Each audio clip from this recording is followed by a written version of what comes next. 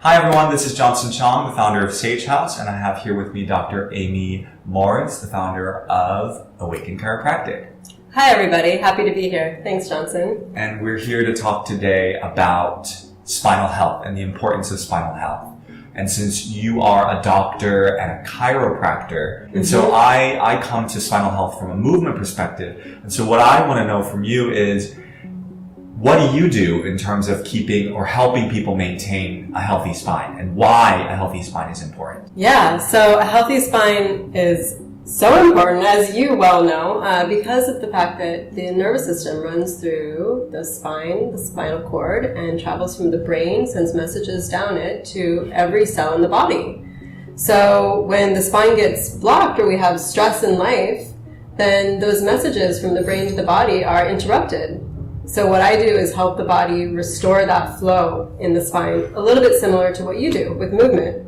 And do you find that a lot of the issues that people are facing in a modern, contemporary, sedentary lifestyle, just sitting in front of a computer, working for 15 hours straight, not moving, does that contribute to a lot of the issues that you find in the spine? Absolutely. That is one of the number one things that contributes to stress in the spine. That was kind of a no-brainer Yes, question. of course. Chronic sitting, our bodies aren't meant to be sitting all day, as you well know, and that's one of the main things that causes problems. And as we sit all day, we start losing the correct posture as well. So the shoulders start hunching forward, the neck goes in front of the ears, and then of course the lower back rounds as well. And that puts a lot of load on the lower back as well as stress through the neck and shoulders. So I personally see a lot of clients coming in with neck issues, lower back issues. Yes.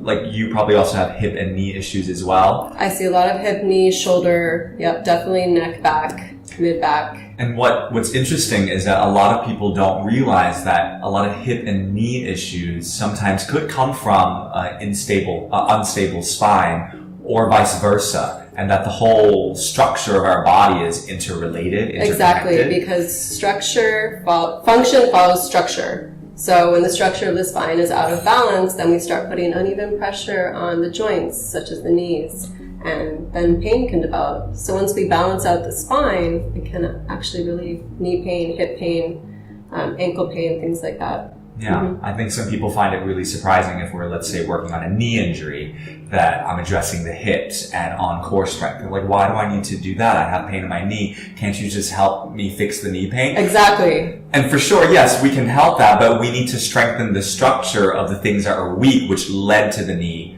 being injured in the first place. And that's why I always look to the spine and balancing out the pelvis first before directly addressing the knee, because so often I just see that the knee pain will resolve and then we don't even have to directly treat the knee. Yeah. And I think that's amazing because the Pilates method looks at the body exactly in that way. We look at the body from a bottom-up approach. We look at the feet, the alignment of how you press weight into your feet in standing and how you're walking is going to directly affect the kind of impact you put on your joints on your knee, in how the thigh bones insert into the hip sockets, which then it affects the pressure and how you sit and with the kind of pressure you put or don't put on your lower back. And it all starts from your standing and how you're standing. Yeah, but if your pelvis is out of alignment, then the pressure on your feet is going to be unbalanced as well.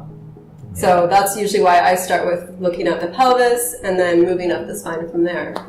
And one of the things people also don't realize that's really surprising is sometimes people will come in with neck pain, for example, but the problem may really be in their pelvis or lower back that's causing biomechanically an imbalance in their body. So really, we always look at the whole spine and the whole body, and it's not just about treating a specific pain or symptom. What is the most surprising thing that a client has come into you for, and they themselves are just wowed because they came in for this, but then they got that, and they're like, what just happened? Yeah, well, recently I have a new client that came in, and she is an elite runner, and she came into me because she's having hip pain and knee pain, and it's interfering with her ability to run. But she had a really surprising result after just her first session. She hadn't yet noticed a change in her knee and hip pain, but what she had noticed was that her shoulder pain, which she had forgotten to tell me about, that had kept her from being able to do a lot of the yoga positions that she normally would like to do. She was then able to go and put weight on her shoulder and do side plank and things that she hadn't been able to do in years and years. And that wasn't even one of her reasons for coming to me. So it's always surprising the way that the body responds and the priority for healing. And that's what it's really about. It's about putting the body in balance, that the body is able to heal itself from within. Wow. Yeah. That's great. So you typically work with athletes, or do you work with other people that aren't athletes? Or? Oh, I work with a lot of working professionals, people who are typically under a lot of stress, high stress lifestyle. They come to me often with, the complaints of sitting all day, traveling a lot. That places a lot of stress on the body, of course, the mind as well. Yeah.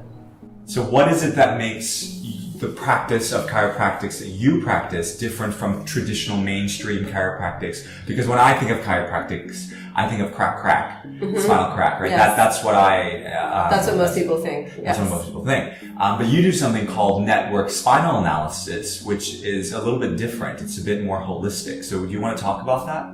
Network spinal analysis is very different than traditional chiropractic in that the contacts to the spine are very light and gentle. There is none of that cracking sound that is associated with traditional chiropractic. But really what the light contacts to the spine are doing is it's retraining the patterns in the spine and the nervous system. So what happens to the spine is when we have chronic stress over time could be physical stresses from chronic sitting, could be mental, emotional stresses as well. That's all stored in the spine and the nervous system, and it's stored as tension. So what happens when we lose those curves in the spine, especially due to chronic sitting, there is actually physical tension along the spinal cord, and that shifts the body into a chronic stress response. So with network spinal analysis, we're helping the body to release that tension from the spinal cord, unwind that tension from the body, so that it can shift the body to a greater state of ease and relaxation, where the body is actually able to heal and rejuvenate itself and have that vitality, kind of like what you talked about with Pilates. So increasing that vitality through the spine. And Joseph Pilates was actually a man. That's what Pilates is named after, the movement method. And he said that the age of your spine determines the age of your vitality, like how you behave and how you act. So if you were, let's say, a 60-year-old with a 30-year-old spine, you're in fact 30 years old. And vice versa, if you were 30 years old with a 60-year-old spine, because of your sitting patterns trauma, or whatever it is, yeah. you would behave physically, energetically like a 60-year-old. Absolutely. Yeah, because when you have so much tension in the spine, your energy levels are going to plummet, and your overall vitality in your body is just not going to be what it should be at 30 years old. Yeah, so common because of our lifestyle as well. Well, thank you so much for shedding some light on what it is that you do through network spinal analysis. And if you have any more questions, feel free to email Dr. Amy Morris. Send an email to us at info@sagehouseasia.com if you'd like to book an appointment for NSA, or if you'd like to just learn more about any aches or pains or physical, mental, emotional stuff that's going on with you internally. And yeah, that's it. Thanks so much for joining me. And thank you so much, Johnson.